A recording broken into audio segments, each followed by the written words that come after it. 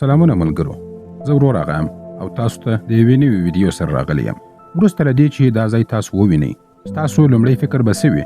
یو عادي ټاپو به وي، یا به د یو سیل ځای وي، یا به یو هوټل وي، یا به د کوم شتمن سوداګر شخصي ملکیت یا کور وي. خو دا ټول ناسم دي. دا د اپسټین ټاپو دی. زرګونه قربانیان او ډېر عام مشهوره کسان له دې ټاپو سره ډېرې ویرونکې کیسې لري.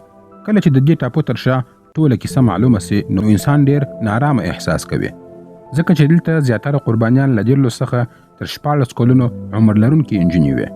ډېر لوړپوړي کسان په دې 15 کیلومتره ټاپو کې لیدل سوي وو چې د خلکو له لاسرسي څخه ډېر لیرې وو، او ځینې نومونه داسې دي چې ښایي تاسو یې په اورېدو سره حیران پاتې سئ. پخوانی د امریکا ولسمشر بیل کلینټن، سټیفن هاوکینګ، شهزاده انډریو، د دې ټاپو مالک جیفري اپسټین پر ضد شاوخوا 114 کسانو د جنسي ناوړه استفادې دعوې ثبت کړي وې، او اپسټین ټاپو یوازې د لوی معما یوه کوچنۍ برخه ده. که موږ د جیفري اپسټین د هغه جرمونو او سوداګریزو امپراتوري په اړه باندې وغږیږو، نو کیسه لا نوره هم پسې ژوره او تیاره کیږي. نو د دې لپاره چې د اپسټین ټاپو، سټیفن هاوکینګ او نورو لوړپوړو کسانو ترمنځ اړیکه درک کړو، باید د جیفري اپسټین په اړه باندې پوه سو. جیفري اپسټین یوازې دا ټاپو نه درلودله. د منهټن ماڼۍ، د نیویارک فارم، د پام بیچ ماڼۍ، دا ټول هغه ملکیتونه وه چې د هغه په تاریکو جرمونو کې شامل وه. جیفري اپسټین په 1953 کال کې په بروکلین نیویارک کې وزیږېدی. هغه په زده کړو کې ډېر تکړه زده کوونکی و. همدا وجه وه چې خپل فراغت یې 2 کاله مخکې بشپړ کړی و. وروسته یې په ډالټن ښوونځي کې د فزیک او ریاضیاتو ښوونکي په توګه سره کار پیل کړي. ویل کېږي چې جیفري په ریاضي کې ډېر غیر عادي استعداد درلودی. ډالټن ښوونځی د امریکا له غوره او تر ټولو ګرانبیه ښوونځیو څخه وه. همدلته د جیفري اپسټین د ډېرې شتمنۍ او جرمونو کیسه پیل سوه، کله چې هغه د والدینو او ښوونکو په ناسته کې له ایس ګرینګبرګ سره ولیدل چې د بیئر سټرینز شرکت اجرایوي مشر و. هغه د وال سټریټ یو مهم چارواکی هم و. هغه جیفري د مالي مشاور په توګه سره وګمارئ. تر 25 کلنۍ پورې جیفري د هغه په شرکت کې یو محدود شریک و. تر هغه وخت پورې جیفري ډېرې پیسې ګټلې وې، خو ډېر ژر جیفري او ایس ګرینګبرګ جلا سول، ځکه چې ګرینګبرګ پوه سو چې جیفري په خپل شرکت کې دننه نامشروعه سوداګري کولې چې یو غیر اخلاقي عمل و. جیفري له خپلې لومړۍ دندې څخه وشړل سو. وروسته هغه د ویکسنر سره ولیدل چې د ویکټوریا سیکرټ او بات ان باډي ورکس مالک و. هغه هم جیفري د مالي مشاور په توګه سره وګمارئ، او خپل 4.8 میلیارډ ډالرو شتمني یې د هغه واک ته وروسپارله. اوس جیفري واک درلودی چې پیسې چیرې ولګوي، څومره پور واخلي او څنګه یې وکاروي. له همدې امله د هغه شتمني په چټکۍ سره زیاته سوله. اپسټین د ویکسنر د نیویارک ماڼۍ چې 28 میلیون ډالره ارزښت یې درلودی، و خپل نامه ته یې واړوله. اوس د جیفري اپسټین ناوړه جرمونه د پیل په حال کې وه. هغه له ویکټوریا سیکرټ سره د استخدام په برخه کې تړاو درلودی. دا چې کومه ماډله به د مجلې پر پوسټ راځي، څوک به فیشن شو کوي، څومره کار به ترلاسه کوي، دا ټول د هغه په لاس کې وه. د ماډلانو د ګمارنې لپاره هغوی خپل نیویارک ماڼۍ ته د کاسټینګ په پلمه سره رابللې. ماریا فارمر چې د جیفري د نیویارک ماڼۍ منشي وه، ویل یې وه چې نجونې به د ښوونځي په جامو کې دې ماڼۍ ته راتللې. د هغوی عمرونه به شاوخوا له 14 څخه تر 14 یا 19 کلونو پورې وې. په همدې حال کې د جیفري شتمني چټکه لوړېدله. هغه د شاهي او اشرافي خلکو سره مستقیمې اړیکې نه درلودلې. په دې برخه کې ورسره ګلین میکسویل مرسته وکړله. ډونالډ ټرمپ، بیل کلینټن، شهزاده انډریو، د دې ټولو اشرافي کسانو اړیکې له جیفري اپسټین سره د ګلین میکسویل له لارې جوړې سوې، ځکه چې ګلین د انګلستان له یوې ډېرې شتمنې او اشرافي کورنۍ څخه وه. د هغې پلار رابرټ میکسویل چې یو ډېر شتمن سوداګر و، له کوچنیوالي څخه ګلین له خپل پلار سره د اشرافي او شاهي محفلونو برخه درلودله، او ډېر ټولنیز شخصیت یې درلودی. خو د جیفري او ګلین د لیدو کیسه هم عادي نه وه. د رابرټ میکسویل تر مړینې وروسته د هغې ځینې درغلۍ او رسوایي افشا سوې. د همدې امله د میکسویل د کورنۍ شهرت سخت زیانمن سو. ګلین د خپل شهرت د ژغورلو لپاره انګلستان پرېښودی او نیویارک ته ولاړه. هلته یې له جیفري اپسټین سره ولیدله. د جیفري اپسټین لپاره ګلین د اشرافي خلکو سره د لیدو یوه وسیله وه، او د ګلین لپاره جیفري د خپل نوم د بیا جوړولو یوه ښه سرچینه وه، ځکه چې هغه مهال جیفري ډېر شتمن سوداګر ګرځېدلی و. ورو ورو جیفري د مشهورو او لوړپوړو کسانو سره اړیکې جوړې کړلې، سره له دې چې ګلین ورسره ملګری سوه. کم عمر نجونې لا هم د پام بیج او نیویارک ملکیتونو ته راتللې. دا موضوع په 2015 کال کې عامه سوه کله چې یوې 14 کلنې نجلۍ خپل مور پلار ته وویل چې ورسره ډېر بد او اندېښمن کوونکی کار سوی دی. د هغې مور پلار پر جیفري اپسټین باندې شکایت ثبت کړي او ویې ویل چې هغه په پام بیج ماڼۍ کې ځورول سوې ده. نجلۍ چارواکو ته وویل چې دوې نور نجونې هم هغه ماڼۍ ته بیول سوي وې. کله چې له هغوی څخه هم پوښتنې وسوې هغوی هم ورته کیسه ورته وکړه. هغوی هم د نورو قربانیانو له لارې راوستل سوي وې. نجونې به د پام بیج ماڼۍ د غاړې د دروازې څخه دننه کېدلې. په پخلنځي کې به اول ورته یو څه خوراکي توکي ورکول کېدله. په پلټونو کې دا هم پیدا سول چې د ماڼۍ ټول کارکوونکي په دې بوخت وه چې څنګه نجونې راولي او څنګه دا وضعیت کنټرول کړي. نجونې به په مستقیم ډول سره نه راوستل کېدلې.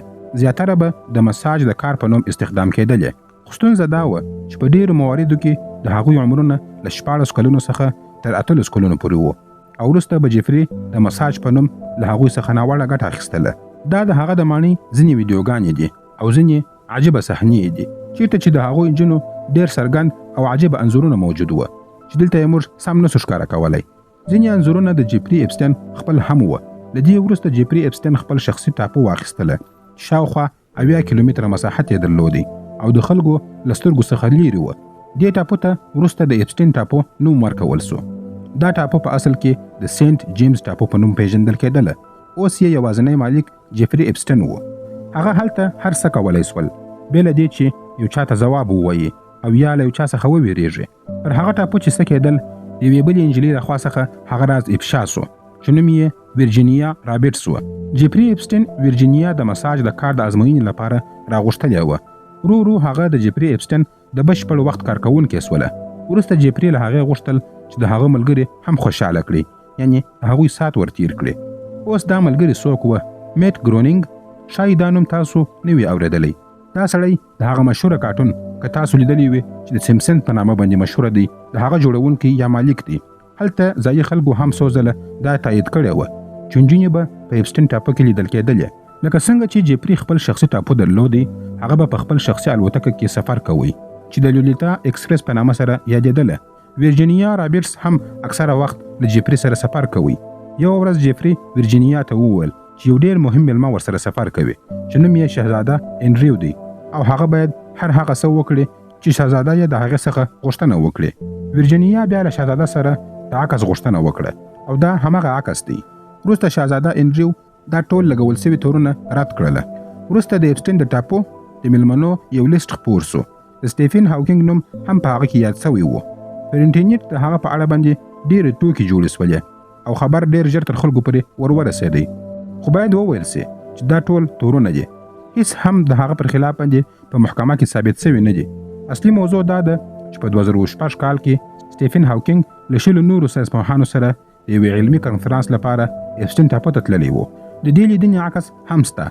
پر هاوکینګ باندې هم ځینې سخت تورونه ولګېدل خو د پلټونو په اسنادو کې یوازې یو برېښنالیک موندل سوی و چې جیفري اپسټین وګلن میکسویل ته استولی و چې په هغه کې لیکل سوي وه چې ورجینیا چې پر هاوکینګ یې تور لګولی دی باید پیسې ورکړه سي تر څو ثابته کړي چې هاوکینګ بې ګناه دی. تر اوسه په سټیفن هاوکینګ باندې هیڅ تور نه دی ثابت سوی پرته له یوه عکس او هغه برېښنالیک څخه بل ثبوت نسته. خو خپله اپسټین ټاپو یوه ډېره مشکوکه موضوع وه او هر څوک چې هلته تللي دي تر پوښتنو لاندې راغلي دي. یو دلیل دا هم کېدلی سي چې جیفري اپسټین ساینسپوهانو او پوهنتونونو ته ډېرې پیسې او مرستې ورکړې وې. بې له ثبوته هېڅوک په ډاګه نسي ویلی چې هلته څه سوي وه. بلې قرباني سوې نجلۍ کورټني وایلډ ویلي دي چې جیفري به له هغو نجونو څخه ناوړه ګټه اخیستله چې بې کوره به وې. مالي حالت به یې خراب و او هیڅ چا به هغه جدي نه نیولې او دا کار ډېر وخت روان و. کله چې دغو نجونو خپل تفصیل له حکومت سره شریک کړي ډېر نور قربانیان هم مخې ته راغلل او پر جیفري اپسټین یې ګڼ شمېر دعوې ثبت کړې. د 53 مخونو فدرالي تورنلیک د هغه پر ضد باندې وړاندې سو چې په کښې کې د لسګونو کوچنیو نجونو د ځورونې تورونه شامل وه. د پلټونو پر مهال د هغه له ماڼۍ څخه د نجونو شخصي شیان لکه د مکتب کارډونه د نجونو ټلیفون شمېرې او داسې نور شیان پیدا سول. اوس نو د زندان وخت و خو جیفري د ځان ژغورنې لپاره خپل قدرت وکاروئ. سره پر دې ټولو شیانو باندې هغه ته د عمر قید سزا ورنه کول سوله. په 2007 کال کې د هغه حقوقي ټیم له الیکس اکوستا سره یو ځانګړی او ډېر نرم تړون لاسلیک کړی و. له دې وروسته جیفري ته 18 میاشتې د بند سزا ورکول سوه خو په حقیقت کې هغه یوازې 13 میاشتې بند تیر کړي. حتی په همدې وخت کې هغه ته اجازه ورکول کېدله چې په اونۍ کې 6 ورځې هر ورځ 12 ساعته د کار په پلمه باندې له زندان څخه ووځي. کله چې هغه له زندان څخه راووتی، ګلین میکسول له هغه څخه جلا سوه. وروسته یې اړیکې پرې سوې ځکه چې ګلین هم په هغه ناقانونه فعالیتونو کې ښکېله وه. د پلټونو د مخنیوي لپاره هغې ځان د هغه څخه جلا کړي. له زندان څخه تر راوتلو وروسته د خپل شهرت د بیا رغولو لپاره جیفري یو پیاوړي عامه اړیکو سلاکار وګمارله. د هغه په مشوره سره جیفري په مشهورو میلو او غونډو کې ګډون پیل کړي.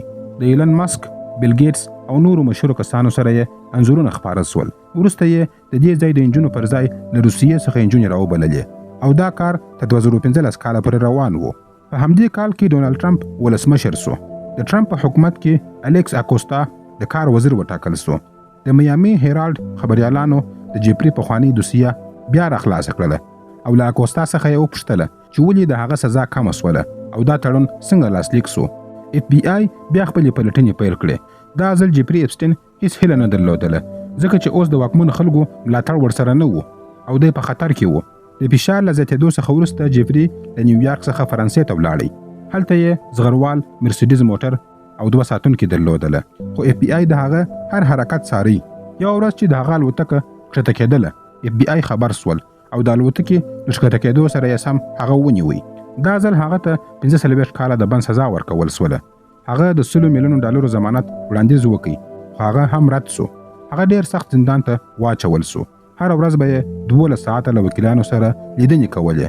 حتی خپل ټوله شتمني شاوخوا $580 میلیونه کېدله د خلاصون لپاره یې محکمې ته وړاندې کړله، خو هغه هم ونه منل سوله. وروسته یې خپل وروستۍ وصیتنامه لاسلیک کړه، پکښې کې یې $570 میلیونه شتمني یوې امانتي ادارې ته وسپارله چې هغه اداره د 1953 په نامه سره یادېدله. د نومبر په 9 باندې هغه اسناد افشا سول چې د هغه جرمونه یې تایید کړي وو.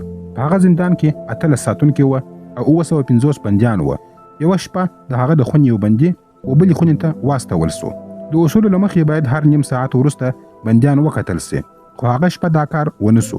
کیمرو هم کار نه کوي او سهار په 6 بجې باندې جیفري اپسټین په خپله کوټه کې مړ پیدا سو. رسمي راپور وایي چې هغه ځان وژنه کړې ده، خو ډیر خلک پرې شک لري او دا موضوع لا هم یو نه حل سوی جنجال دی. ځینې وایي چې هغه د ډیرو غټو خلکو په ډیرو رازونو سره پوهېدی. که هغه ژوندی پاته سوی وای، شاید د ډیرو نورو کسانو رازونه هم افشا سوي وای. نو دا و د جیفري اپسټین او اپسټین ټاپو ټوله کیسه. لکه څنګه چې موږ د ویډیو په پیل کې وویل، دا ټاپو یوازې د لوی معما یوه برخه ده. کیسه تر دې هم لویه ده، خو ځینې خبرې د محدودیتونو یا قانون له امله نشي شریکېدلی. او که څه هم د بیل کلینټن، سټیفن هاوکینګ او شهزاده انډریو نومونه یاد سوي دي، تر اوسه پر هیڅ چا باندې هم تورونه محکمې نه دي ثابت کړي. تورونه سته خو ثبوت نسته، او که هغه ثبوتونه هم راښکاره سي نو ستاسو سره به په بله ویډیو کې شریک کړو. د نن ورځې ویډیو مو پر همدې ځای پای ته رسیږي. که مو ویډیو خوښه سوې وي، ویډیو لایک او شیر کړئ. خپل نظرونه مو حتما په کمنټ کې راسره شریک کړئ. تر بلې ویډیو پورې مو الله مل شه. مننه.